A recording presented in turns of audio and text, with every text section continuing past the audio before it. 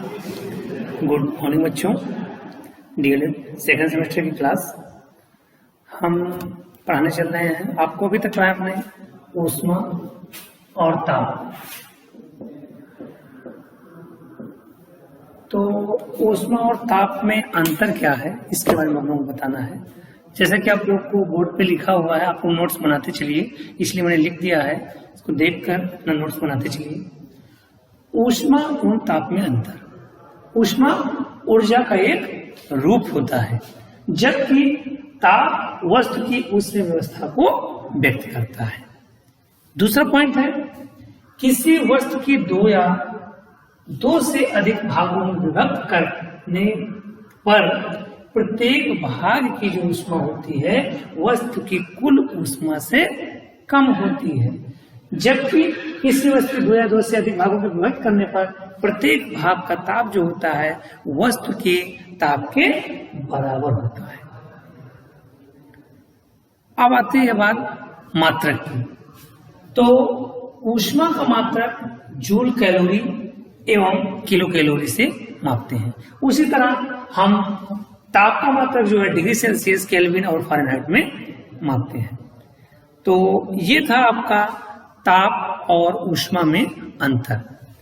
तो अभी तक आप लोगों ने ऊर्जा के बारे में जो पढ़ा, कौन कौन से प्रकार की होती है, तो ये अभी जो आपने पढ़ा था ऊष्मीय ऊर्जा के बारे में। तो ऊष्मीय ऊर्जा में ताप और आपका ऊष्मा दोनों आ जाता है, इसलिए यहाँ पे हमें दोनों में अंतर डिफाइन करना बहुत जरूरी था, जो आपके एग्जाम में भी पूछा गया है। अब नेक्स्ट जो है आपका आता है प्रकाशीय ऊर्जा।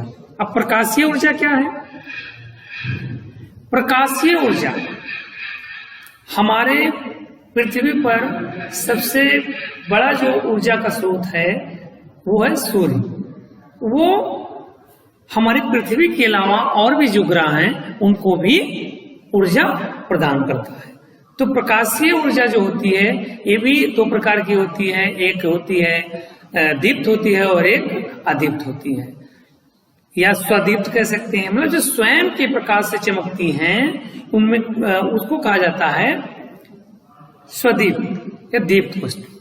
जिससे आपका सूर्य हो गया, जुगनू हो गया। ये दो चार ऐसे उदाहरण हैं जिससे हम बता सकते हैं कि हाँ दीप्त वस्तुएं हैं। अब आती हैं अदीप्त वस्तुएं। अदीप्त वस्तुएं कोई न कोई साधन ऐसा होता है जिसके द्वारा वो प्रकाश में होते हैं, जैसे आपका विद्युत बल्ब, मोमबत्ती और लालटेन। मतलब इनको कहीं न कहीं हमें कोई व्यवस्था करके देना पड़ रहा है जिसके द्वारा ये प्रकाशमान हो रहे हैं। अब आता है नेक्स्ट आपका ध्वनि ऊर्जा। ध्वनि ऊर्जा क्या होता है?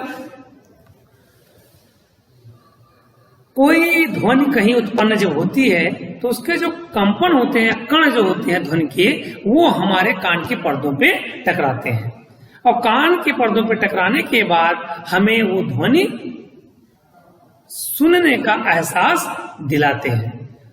तो हम कह सकते हैं कि जब कोई ध्वनि कान के पर्दे पर आती है तो कान का पर्दा कंपन करता है। ध्वनि के द्वारा कान के पर्दे को कंपित होने के कारण ऊर्जा मिलती है, जिससे सुनने में सहायता मिलती है। और वस्तुओं के कंपन से उत्पन्न कार्य को ध्वनि कहते हैं, जैसे सितार, सितार वादन, हारमोनियम, हारमोनियम, पियानो आदि ऐसे उदाहरण है जिससे जो ध्वनियां निकलती हैं उनके कण हमें सुनाई, मतलब हमारे कानों के पर्दों पे जाते हैं और रिफ्लेक्ट होकर के वो हमें सुनाई पड़ते हैं। अब बात होती है चुंबकीय ऊर्जा। चुंबकीय ऊर्जा क्या है? चुंबकीय ऊर्जा का एक क्षेत्र होता है जिसके अंतर्गत वो आने वाली चुंबकीय वस्तुओं को अपनी ओर आकर्षित करती है। चुंबकीय जो पदार्थ होते हैं उससे कंपास बनता है, उसके द्वारा हमें दिशाओं का ज्ञान होता है। ये जो है चुंबकीय ऊर्जा के अंतर्गत आता है। अब बात आती है वैद्युत ऊर्जा। वैद्युत ऊर्जा क्या है? जब हम किसी बल्ब का बटन ऑन करते हैं तो बल्ब जलने लगता है। बल्ब के अंदर क्या होता है, विद्युत धारा प्रवाहित होती है या प्रवाहित की जाती है। तब उस कंडीशन में जो आपका बल्ब होता है वो जलने लगता है। तो ये विद्युत ऊर्जा के एग्जाम्पल है। इस तरह से बहुत सारे ऐसे मतलब एग्जाम्पल हैं आपके कि कौन सी ऊर्जा, जैसे ज्वार भाटीय ऊर्जा और नाभिकीय ऊर्जा, सोलर ऊर्जा और ऊष्मा संचरण होता है, ये सारी चीजें जो हैं वो आपकी ऊर्जा के अंतर्गत आता है। अब मोस्ट इंपॉर्टेंट जो आपको बताने चल रहे हैं वो आपका आता है, तो आप लोग को ये बताना था कि जो ऊर्जा होती है इनको भी दो भागों में बांटा गया है, एक नवीकरणीय ऊर्जा है और एक अनवीकरणीय ऊर्जा है। अब नवीकरणीय ऊर्जा में कौन से पदार्थ आते हैं या वस्तुएं आती हैं और अनवीकरणीय वस्तुओं में कौन से आते हैं, तो आपको मैंने बोर्ड पे लिख दिया है। जो नवीकरणीय ऊर्जा है उसमें आपका सौर ऊर्जा, जल ऊर्जा, पवन ऊर्जा, तापीय ऊर्जा और बायोगैस आती है। ये नवीकरणीय ऊर्जा के अंतर्गत आता है। इसके बाद आता है आपका अनवीकरणीय ऊर्जा। इसमें कोयला, प्राकृतिक गैस, खनिज तेल, जैविक ईंधन और नाभिकीय ऊर्जा। इसको एग्जाम में कई बार पूछा भी गया है कि इनमें से कौन नवीकरणीय ऊर्जा है या इनमें से कौन अनवीकरणीय ऊर्जा है। जैसे इसमें से 3 पार्ट ले लिया गया अनवीकरणीय ऊर्जा में से, कोयला, प्राकृतिक गैस और खनिज तेल, और इसमें से तापीय ऊर्जा या बायोगैस ले लिया गया। चारों दे दिया गया। उसमें से ऑप्शन में पूछा गया कि हाँ इसमें से कौन सा ऐसा पदार्थ है जो नवीकरणीय ऊर्जा के अंतर्गत आता है। तो आपको अगर मालूम रहेगा तो आप लोग इसको करेक्ट कर देंगे। चलिए आगे हम लोग पढ़ते हैं ऊर्जा के बारे में ही। लास्ट टॉपिक ये आपका चल रहा है 4th चैप्टर का।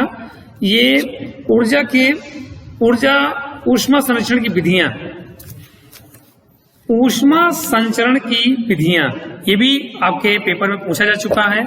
आप लोगों को बहुत ही ध्यान से ऊष्मा संचरण का नियम, तो ऊष्मा संचरण जो होता है वो मुख्यतः 3 बिंदुओं के द्वारा होता है। पहला होता है संचालन विधि। ये जो है ऊष्मा संचरण की विधि है। इसमें जो पहली विधि है संचालन की विधि, इसमें क्या होता है कि ऊष्मा पदार्थ के एक कण से दूसरे कण में जाती है, परंतु पदार्थ के कण जो है अपने स्थान से नहीं जाते हैं। जैसे हम अगर एक लोहे की छड़ ले लेते हैं तो उस लोहे की छड़ को एक सिरे पे अगर हम गर्म करते हैं तो दूसरा सिरा धीरे धीरे वो भी गर्म हो जाता है। क्यों? क्योंकि जो माध्यम के कण है वो अपना गर्म होने के बाद वो कण अगले कण को वही ऊष्मा देते चले जाते हैं। तो इस प्रकार ऊष्मा पदार्थ के एक कण से दूसरे कण में जो जाती है परंतु पदार्थ के कण अपने स्थान से नहीं जाते हैं, वो कौन सी विधि होती है? संचालन विधि होती है। अब आती है बात संवहन। संवहन में क्या होता है? पदार्थ के कण ऊष्मा ग्रहण करके हल्के होकर अपना स्थान छोड़ देते हैं तथा रिक्त स्थान पर पदार्थ के अन्य कण आ जाते हैं। जैसे अगर हम जल को बॉयल कर रहे हैं, उसको हीट दे रहे हैं, तो क्या होता है कि जो कण गर्म होते हैं वो अपना स्थान छोड़ करके जो ठंडे कण होते हैं उनको स्थान दे देती है। ये प्रक्रिया कंटिन्यू चलती रहती है जब तक कि अगला कण गर्म ना हो जाए। तो इस प्रकार ये जो संवहन की विधि होती है, संवहन की विधि द्वारा जो है जल को गर्म किया जाता है। अब आता है तीसरा पॉइंट आपका विकिरण। इस विधि में ऊष्मा एक स्थान से दूसरे स्थान तक माध्यम की ऊष्मा पर बिना कुछ प्रभाव डाले सीधी रेखा में चलती है।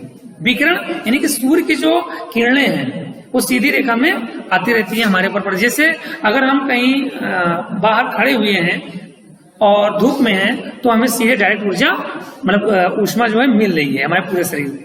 लेकिन जैसे ही वहां से हट जाते हैं, कहीं छांव में किसी घर में या कमरे में आ जाते हैं तो हमें ऊष्मा मिलना बंद हो जाती है, यानी कि वो हमें गर्म वहां पे नहीं लगता है।